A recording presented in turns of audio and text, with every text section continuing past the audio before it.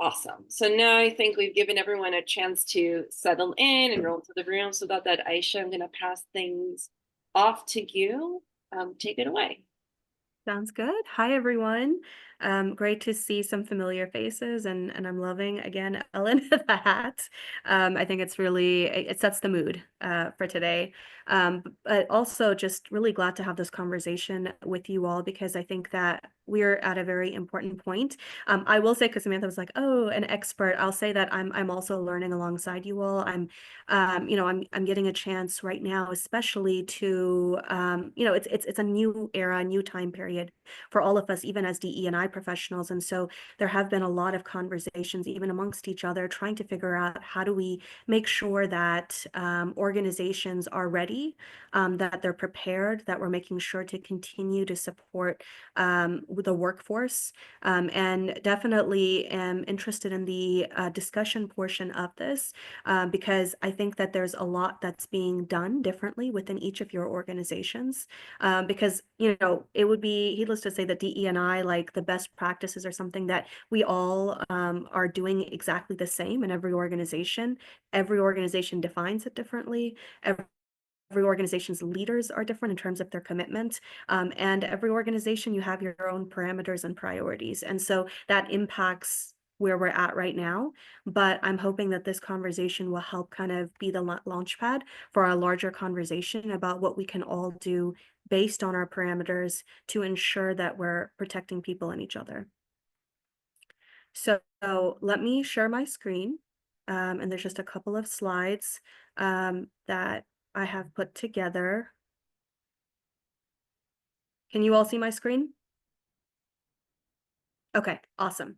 So, like Samantha mentioned at the very beginning, we don't have a lot of time just to do the discussion piece. We want to make sure that you all get an opportunity to talk amongst each other. So in about 15 minutes, we'll have hopefully at least a basic conversation about some of these three key areas. The first one being how do we reframe the conversation, right? There is so much rhetoric happening right now. It's scaring a lot of leaders and organizations doing this work. And so how can we, as practitioners, as consultants, as workplace professionals that are interested and invested in this because it's impacting us directly, how can we have these conversations a little bit differently? The second piece, how do we evolve existing DE&I programming, right? You're likely noticing the news, you're likely noticing funding being cut, lawsuits being done for organizations, and a lot of initiatives being either erased or cut entirely from the organization, and that can be alarming. And so how do we talk about this in terms of, making sure that the work is still being done, but quietly, right? And we'll go more into what does that mean. And then lastly, how do we build organizational resilience? And this is something that's going to impact every part of the organization. So it doesn't really matter where you sit right now. In some way or shape or form, you're going to be a part of these conversations and you're going to be incurring the impact from it.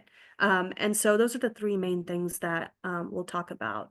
But starting with the biggest one, how do we reframe DE&I discussions? Well, I think the best way to look at this is to look at our history. The point in time where DE&I became something that was discussed a lot, that a lot of organizations started having roles. I'm from Louisville, Kentucky, by the way, and DE&I was not a thing when I grew up, like where I grew up for a very long time. There were no positions called DE&I, and I think my parents still don't know exactly what I do. But, going back to this, in terms of when organizations started, a lot more organizations started having DE&I rules was after the murder of George Floyd and others. Basically, when something happened, there was a reactionary approach. And so when we're reframing these DE&I conversations, particularly with those organizations, then we have to start talking about it from that perspective. For a lot of organizations, if we look at percentages, and I'm really big on data, I don't know how many of you all like data, but I think it's important to look at numbers when we're talking about this work. 65% of organizations surveyed, there were about over 500 organizations globally that were surveyed. 65% of those organizations created a DE&I position or role right after the murder of George Floyd. 2 years later, 35% of those roles have been cut. And that tells you that a lot of organizations and leaders tend to take a reactionary approach. They see that something is happening, they want to immediately come up with some kind of solution, whether that's a statement, whether that's hiring someone. And the minute things go badly, that all happens. Now, a couple of things here for those organizations that are taking a reactionary approach and that are like, now, okay, we have a reason to cut this out. These are the same leaders that haven't embedded DE&I into all of their operations. For those people, let's start by talking about the cost and let's talk about the risks associated, because we know that they respond the best to that. And this is the best piece to bring to them if you're having these conversations right now or you're in the middle of that. The EEOC released their 2023 fiscal year findings, and they noticed that there was $665 million worth of recovery for discrimination cases in the workplace. That's a 30% increase from fiscal year 2022. So already we're noticing that this is something that's going to grow. And if you get rid of DE&I initiatives, it's going to grow only further, and that's going to impact a lot of organizations financially. So that is one thing that you can bring up for those that are more reactionary. The other piece for those organizations that are maybe not as reactionary and are focused on the proactive piece, for them, across the board, I've been to conferences with chief HR officers, learning and development officers, well-being officers, and DE&I. And the thing that always stands out, what most people are concerned about, is engagement. How do we make sure that our workplace is engaged so that people are putting and working optimally to increase production overall for the organization? So when we look at it from that perspective and we reframe the conversation about DE&I to focus specifically on engagement, there are a couple of numbers here that you can bring up. And you can even look up the Gallup report, because Gallup focuses on this every single year, and you can look at the percentages, because oftentimes when we talk about engagement, leaders say, well, the pandemic, right? But this is 2024 data. We're a few years out from when the pandemic first started. And as you can see, we're still dealing with a 32% employee engagement rate, which basically means the vast majority of people are not fully engaged. This is also, by the way, global data. So for those of you who have organizations that are not US based and are larger, then this is still relevant to you. The other number that's really important, because people will talk a lot about absenteeism and how people are leaving the organization. What's even more important to note is that 59% of people are quiet quitting. By show of hand on Zoom, how many people are familiar with quiet quitting? Okay. All right, so I see a couple only of, okay, I see some people are raising their hands, which is good. Oftentimes people don't know what this is, or if they do, they don't understand the implications. So thank you for sharing how many people know it. Quiet quitting is more nefarious than absenteeism, because you don't know when people quiet quit. But basically when you're doing that, they're engaging the least, they're doing the bare minimum to get by in their roles, which impacts performance, it impacts production, it impacts, for some organizations that care, it impacts EBITDA, right? And so this is a big data point to bring up. And then lastly, burnout in millennials, who are quickly becoming the majority in many organizations. And by 2030, they will be the majority of the workforce. And so these are some percentages that you can bring up to talk about employee engagement. But how does this connect back to DE&I, and how do you make sure that people understand that connection? Well, there have been some studies, 2 comprehensive studies done that look at employee engagement. And they've surveyed 1,300 different full-time professionals across the US. It's by an organization called Vitile. It's an employee engagement platform. And so they study that across the board in different organizations. So when we're looking specifically in the US, what they found is for those workplace professionals that feel like they belong within an organization, their employee net promoter score is 57 points higher than those that don't feel like they belong. And for those of you that may not know, or for those that may be in HR and do know, employee net promoter score is basically a predictor for retention within an organization. It's saying whether or not a workplace professional feels loyal and would recommend the organization to someone else. So it predicts retention, it predicts productivity, and it predicts collaboration. But the biggest thing that is important, because it impacts the bottom line again, is whether or not they're going to stay in the organization, because the cost to hire new people is a lot more than to keep them within the organization.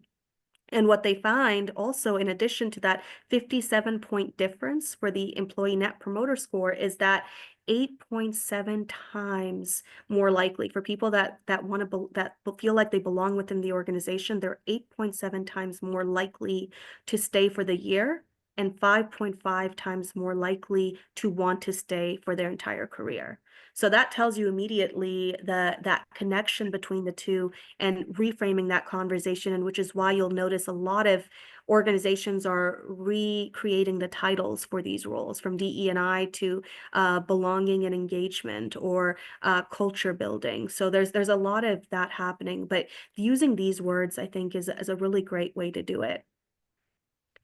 The second piece here is, I always like to do this in every presentation, because some of us are likely more advanced and they understand the conversation, they understand the terminology, but some of us may be new to this work, and that's completely fine. And the other piece here is, as I mentioned in the beginning, everyone defines DEI, BJ differently. And so for the purposes of this conversation and for time, let's specifically talk about inclusion and belonging. So since we are reframing the conversation from a belonging lens, we want to make sure that we understand what belonging is and how does it tie into what the organization and what we as leaders can do. And it all comes down to engagement efforts, right? And so inclusion is about what kind of engagement efforts are organizations undertaking, in terms of what are they financially backing, and what are they doing, what kind of human capital are they using to make sure that this actually happens?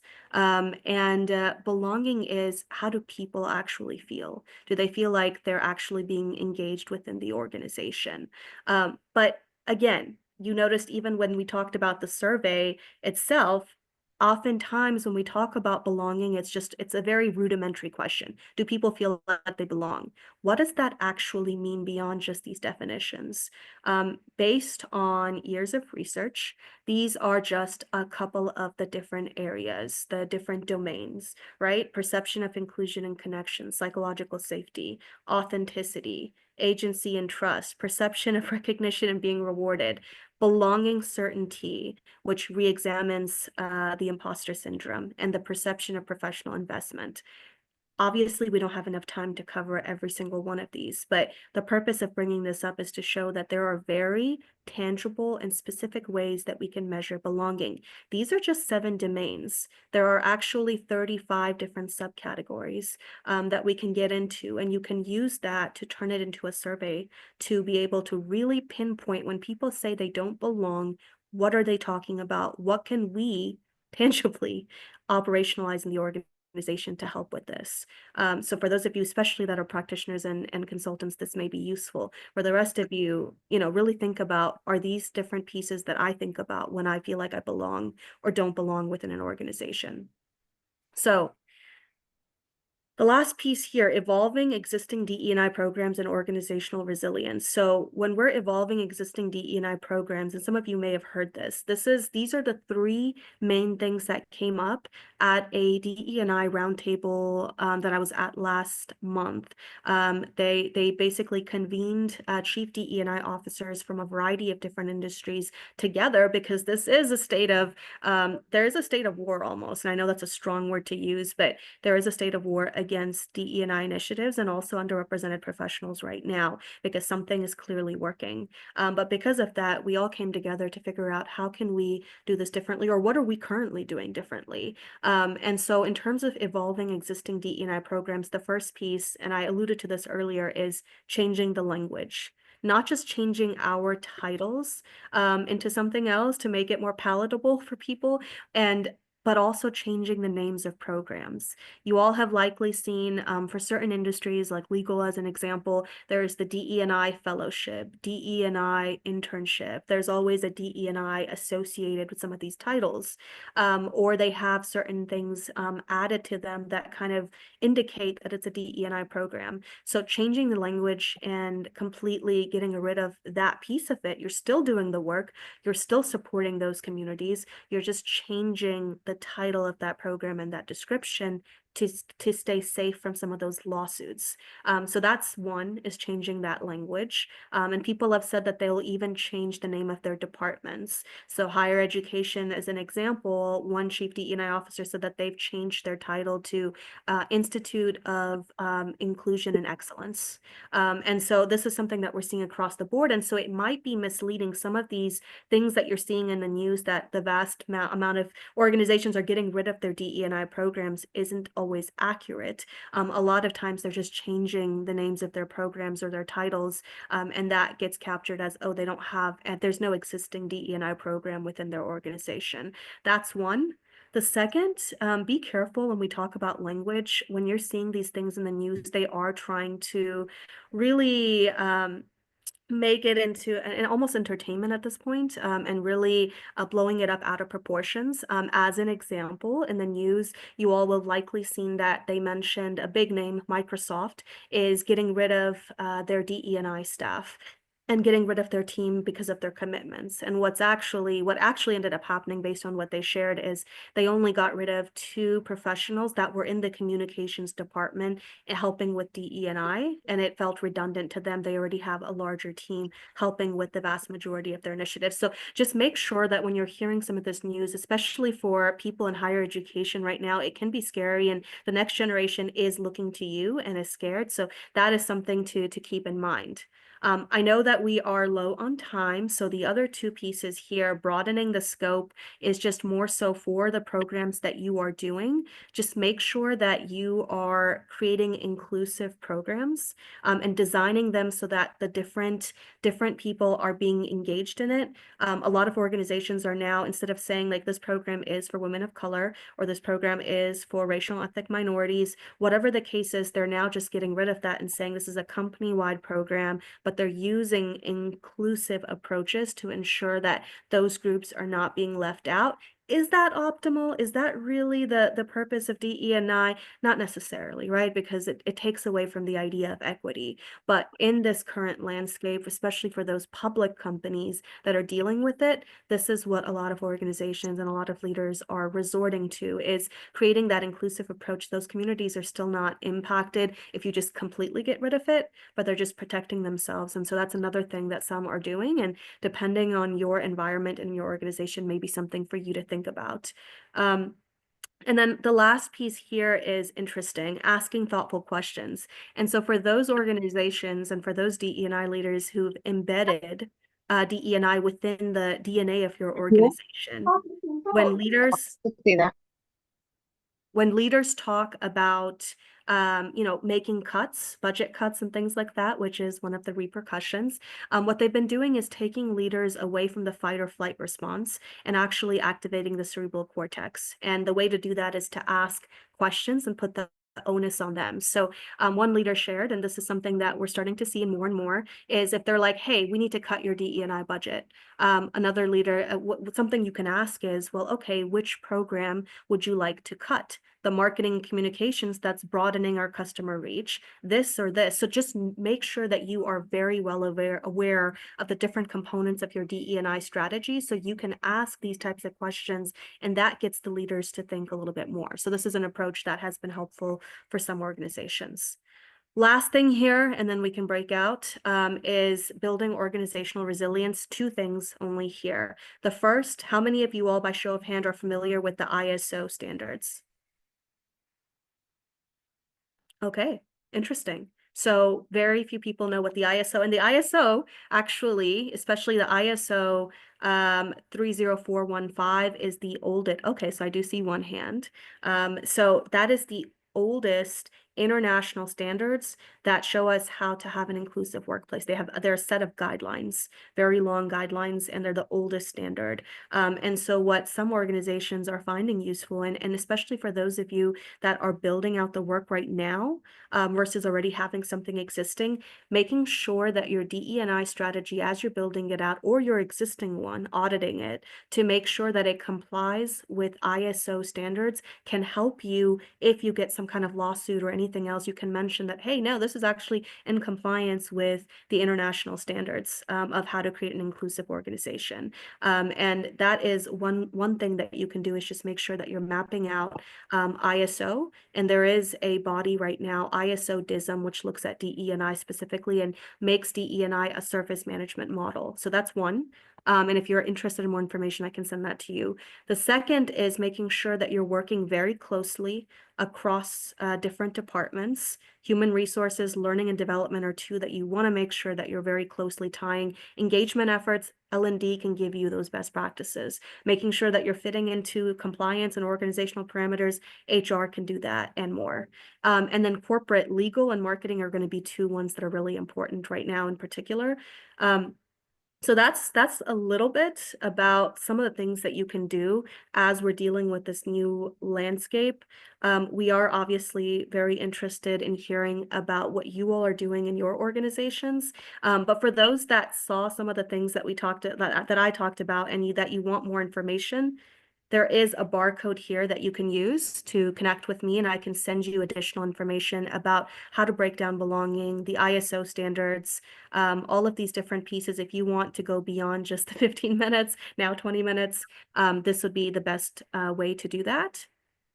But Samantha, I'm going to turn it back over to you. I know we went just a little bit over. I want to make sure we have enough time for the breakouts. I think that I'll speak for myself and hopefully everyone. I think it was the additional time. It's definitely necessary and well spent, because this is so informative. And for me, like, some of the things that really stood out to me when you were talking, like really like spending time on like, what does it mean? Like, what is inclusion? What is belonging? Like, what does it actually like mean? Because it's so easy just to, like, this acronym exists, but what is like the actual impact and relationship that we're having within these different programs or structures, if they exist in our organizations? For me, on a personal level, right, like DE&I, right, impacts me as like a parent and caregiver. It also affects me as someone who's a Jewish person, and how my holidays get recognized and, paid time off. Like, I worked for organizations where it's like, well, you can use a floating holiday instead, right? Or use vacation time, which is like fine, but it's not like nearly as inclusive or sensitive of people who are not observing things like Christmas and Easter and what's traditionally observed in the calendar. So those are some things that stood out to me. I do want to get everyone into breakouts, so I have put Aaisha's breakout room discussion questions in the chat. Those will still be there when you go into your breakout room. If you're worried about losing them, just grab a screenshot and have it up on your desktop. You're in groups of either two or three today, because I feel like there's a lot to kind of unpack. So I don't want to overcrowd each room with too many voices, and give you a chance to go deep.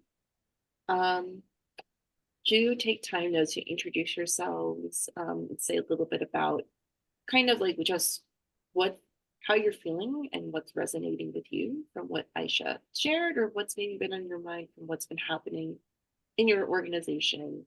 I know the election is coming up on Tuesday, so I'm sure there's lots of thoughts and feelings.